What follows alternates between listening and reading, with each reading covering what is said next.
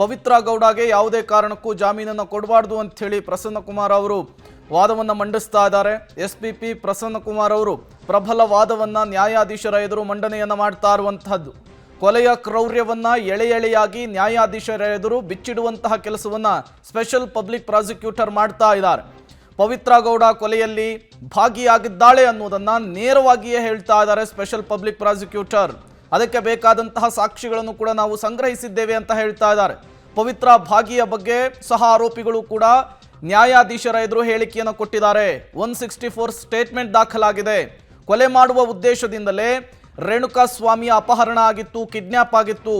ಇದೊಂದು cold blooded murder ಅನ್ನೋದನ್ನು ಕೂಡ ಎಸ್ಪಿಪಿ ಒತ್ತಿ ಹೇಳ್ತಾ ಇದ್ದಾರೆ. ಹಾಗಾಗಿ ಯಾವುದೇ ಕಾರಣಕ್ಕೂ ಜಾಮೀನು ಕೊಡಬಾರ್ದು ಅಂಥೇಳಿ ಈ ಕೊಲೆಯಲ್ಲಿ ಪವಿತ್ರ ಗೌಡ ಅವರು ನೇರವಾಗಿ ಭಾಗಿಯಾಗಿದ್ದಾರೆ ಅನ್ನೋದನ್ನ ಸ್ಪಷ್ಟವಾಗಿ ಸಾಕ್ಷಿಗಳ ಸಮೇತ ಉಲ್ಲೇಖಿಸುವಂತಹ ಕೆಲಸವನ್ನ ಸ್ಪೆಷಲ್ ಪಬ್ಲಿಕ್ ಪ್ರಾಸಿಕ್ಯೂಟರ್ ಮಾಡ್ತಾ ಇದ್ದಾರೆ.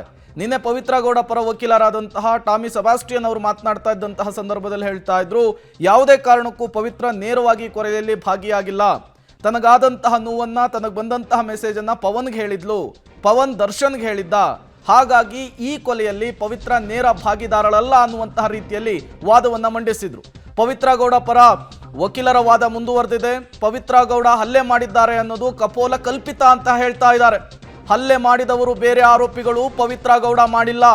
ಹಲ್ಲೆಗೂ ಪವಿತ್ರ ಗೌಡಗೂ ಯಾವುದೇ ರೀತಿಯ ಸಂಬಂಧ ಇಲ್ಲ ಅನ್ನೋದನ್ನ ತಿಳಿಸ್ತಾ ಇದ್ದಾರೆ.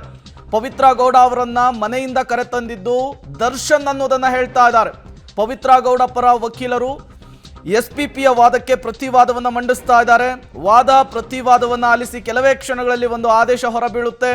ಎಲ್ಲ ಬೆಳವಣಿಗೆಗಳನ್ನು ಗಮನಿಸ್ತಾ ಇದ್ರೆ ದರ್ಶನ್ ಮತ್ತು ಪವಿತ್ರ ಗೌಡ ಅವರ ನಡುವೆ ಇದ್ದಂತಹ ಸ್ನೇಹದಲ್ಲಿ ಬಿರುಕು ಬಿಟ್ಟಂತೆ ಕಾಣಿಸ್ತಾ ಇದೆ. ಇಲ್ಲಿ ಪವಿತ್ರ ಗೌಡ ಅವರದ್ದು ಯಾವುದೇ ತಪ್ಪಿಲ್ಲ, ಎಲ್ಲದ್ದೂ ದರ್ಶನ್ದೇ ತಪ್ಪು ಅನ್ನುವ ರೀತಿಯಲ್ಲಿ ಟಾಮಿ ಸೆಬಾಸ್ಟಿಯನ್ ಅವರು ಪವಿತ್ರ ಗೌಡ ಪರ ವಕೀಲರು ವಾದವನ್ನ ಮಂಡಿಸ್ತಾ ಇರೋದು ಸ್ಪಷ್ಟವಾಗಿ ಗೊತ್ತಾಗ್ತಾ ಇದೆ.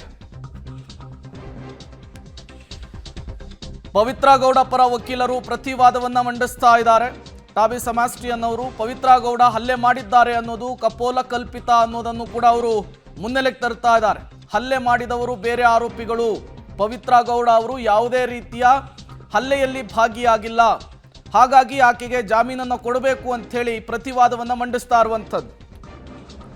ಮತ್ತಷ್ಟು ಡೀಟೇಲ್ಸ್ ಕೊಡ್ತಾರೆ ನರಸಿಂಹಮೂರ್ತಿ, ನೇರ ಸಂಪರ್ಕದಲ್ಲಿ ಜಾಯಿನ್ ಆಗಿದ್ದಾರೆ. ನರಸಿಂಹಮೂರ್ತಿ, ಈಗ ಎಸ್ಪಿಪಿ ಅವರು ವಾದವನ್ನು ಮಂಡಿಸಿದ್ರು, ಯಾಕಾಗಿ ಬೇಲನ್ನು ಕೊಡಬಾರ್ದು, ರಿಜೆಕ್ಟ್ ಮಾಡಬೇಕು ಅನ್ನುವಂತಹ ವಿಚಾರಕ್ಕೆ ಹಲವು ಅಂಶಗಳನ್ನು ಉಲ್ಲೇಖಿಸಿ ಮಾತನಾಡ್ತಾ ಇದ್ರು.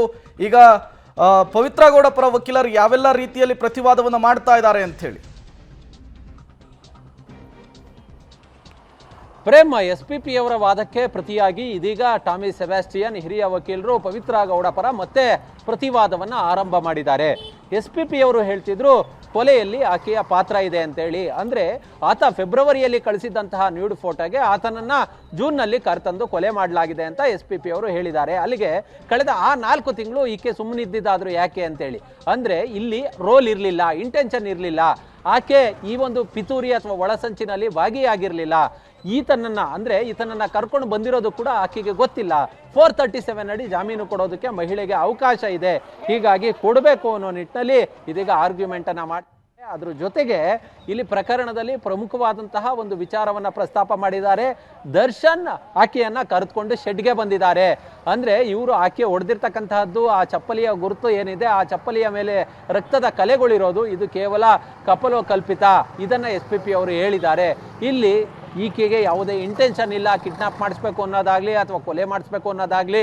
ಆತನನ್ನ ಕರ್ಕೊಂಡು ಬಂದಿರೋದು ಕೂಡ ಗೊತ್ತಿಲ್ಲ, ಆತನನ್ನ ಕೊಲೆ ಮಾಡಿರೋದು ಕೂಡ ಈಕೆಗೆ ಗೊತ್ತಿಲ್ಲ. ಈಕೆಯ ಪಾತ್ರ ಕೂಡ ಏನೂ ಇಲ್ಲ ಅನ್ನೋ ಮಟ್ಟಿಗೆ ಇದೀಗ ಎಸ್ಪಿಪಿ ಅವರ ವಾದಕ್ಕೆ ಪ್ರತಿಯಾಗಿ ಟಾಮಿ ಸೆಬಾಸ್ಟಿಯನ್ ಅವರು ಕೋರ್ಟ್ನಲ್ಲಿ ಪ್ರತಿವಾದವನ್ನ ಮಂಡನೆ ಮಾಡ್ತಿದ್ದಾರೆ. ಪ್ರೇಮ್.